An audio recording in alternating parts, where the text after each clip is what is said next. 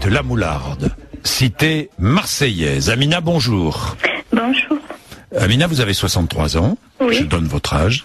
Vous êtes en grève de la faim depuis 22 jours. Aujourd'hui 22, oui. 22e jour. Grève de la faim, ça veut dire quoi? Vous buvez un peu d'eau, c'est tout? Je bois de l'eau, je bois du liquide, des potages liquides. Oui, du potage liquide. Vous êtes installé où? C'est-à-dire? C'est-à-dire, cette grève de la faim, vous la suivez où? Vous êtes chez vous? Oui, dans ma maison, oui. Vous êtes dans ma maison. Dans votre appartement, rez-de-chaussée. Cité La Moularde, HLM de Marseille. Oui. Ça fait combien de temps que vous habitez là? Ça fait 4 ans. Ça fait 4 ans que vous êtes là.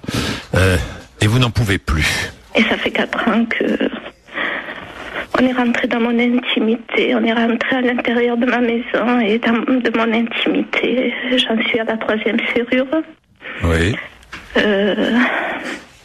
Et voilà, je subis à chaque sortie, chaque fois que je sors ou je rentre. Quand je retourne chez moi, mon linge est taché de javel, mon linge est taché d'huile de moto, mon linge, tous mes meubles.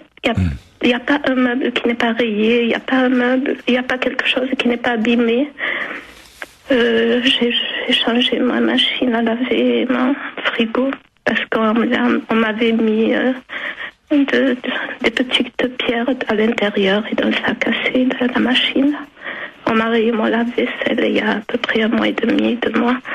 On m'a fait tout ce qui est inimaginable et même de le raconter, j'ai honte.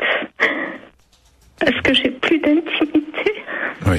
Amina, ça veut dire que vous êtes devenue la souffre-douleur de la cité. Je sais pas si c'est pas la souffre-douleur, c'est... Ils avaient l'habitude de se mettre sous cette fenêtre. Le locataire avant moi avait les fenêtres toujours fermées. C'était un jeune, donc ils se sont installés là depuis des années à fumer. C'était leur endroit.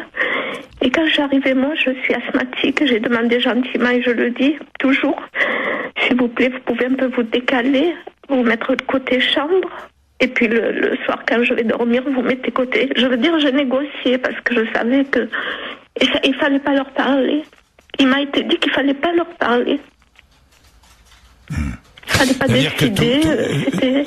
Des jeunes voyous de la cité s'installent. Vous êtes au rez-de-chaussée, j'imagine, devant vos fenêtres. Il y a vous êtes asthmatique, vous leur demandez. Il y a un passage aussi. Ils ne supportent pas, ils n'ont pas supporté finalement ces remarques. Non.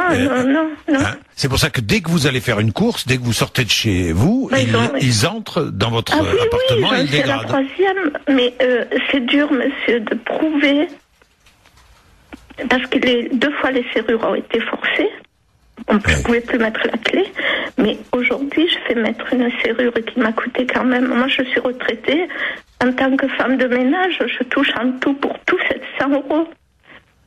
Et il y a des franchises que j'ai payées, que je paye. L'assurance m'a fait partir. J'étais obligée de m'assurer ailleurs et plus cher.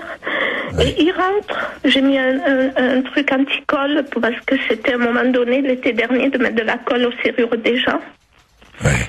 Dès qu'ils parlent, dès qu'ils disent quelque chose, dès que... Amina, ils ont pris en otage la cité. Vous êtes à la retraite aujourd'hui, hein? Ah oui, je suis à la retraite depuis 3 ans. Combien touchez-vous par mois? 700 €. 700 € par mois. Vous avez demandé à quitter ce HLM?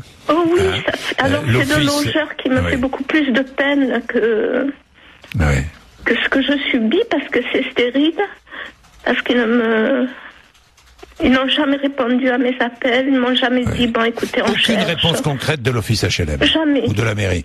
Jamais. Ni de la mairie de Marseille, ni de la mairie de votre arrondissement? Ils l'ont contacté hier. Oui. Et il a dit, écoutez, si c'est en urgence... Oui. Amina, ça va changer. J'espère que votre passage sur l'antenne d'RMC va vous aider. Mais j'espère. Enfin, c'est vrai. Je veux rien vous promettre. J'espère qu'on nous écoute à Marseille. Est-ce que je souffre? Mais j'imagine.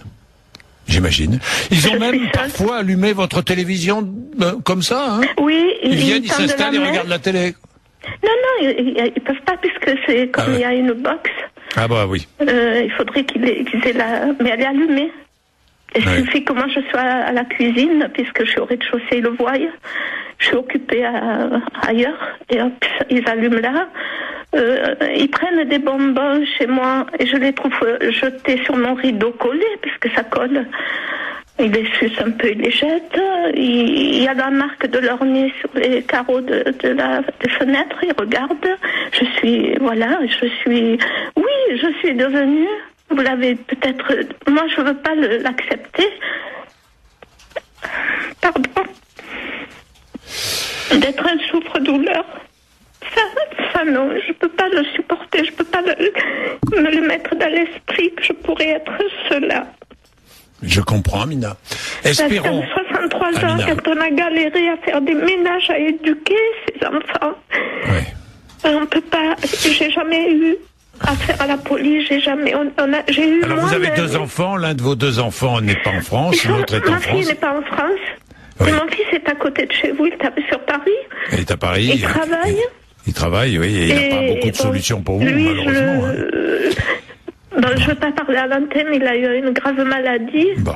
Il a eu une grave opération. D'accord. Et je le protège un petit peu. Mais je comprends. Il a bon, un peu vu. Amina, on va prendre les choses en main. J'espère qu'on nous écoute à Marseille, à l'office HLM, et qu'on va vous reloger très vite et qu'on va trouver une solution pour ramener le calme dans cette cité. Merci. J'espère que toutes les autorités compétentes et concernées nous ont écoutés. Merci, Amina. Allez, bon courage. Merci. Merci à vous.